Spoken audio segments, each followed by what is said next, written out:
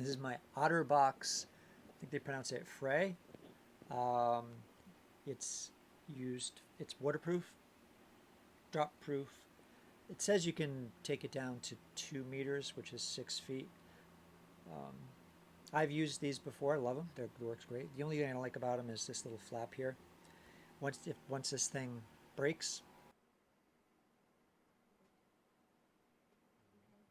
it's not waterproof anymore. But the case still works. It's protective. So if you were to get this, I would recommend getting the kind that you can use with a MagSafe.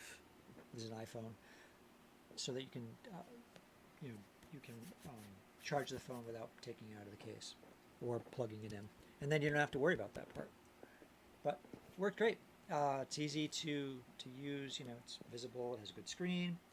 It's responsive to your finger. It's no weird delays and stuff like that. Like I said, I've used them before and I like them. Grab the links below and remember to hit that subscribe button.